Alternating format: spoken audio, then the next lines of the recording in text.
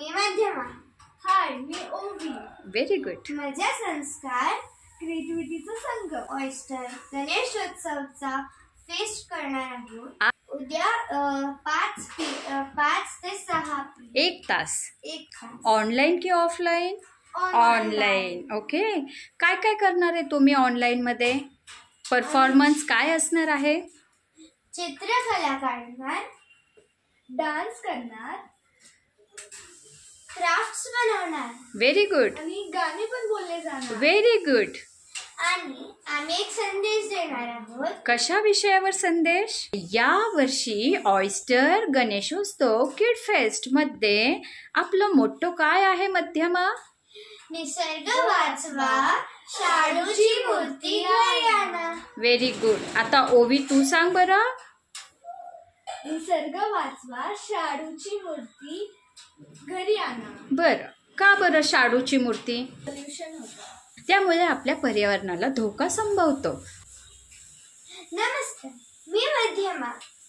नमस्कार, मी ओवी. माझा संस्कार क्रिएटिव्हिटीचा संगम.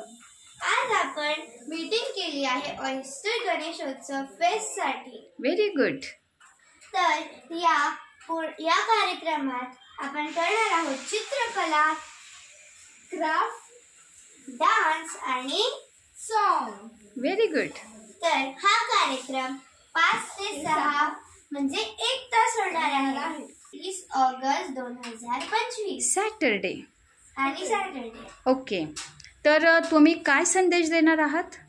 निसर्ग वाचवा, शाडूची मूर्ती आणा. ओके. का बरं शाडूची मूर्ती ओवी?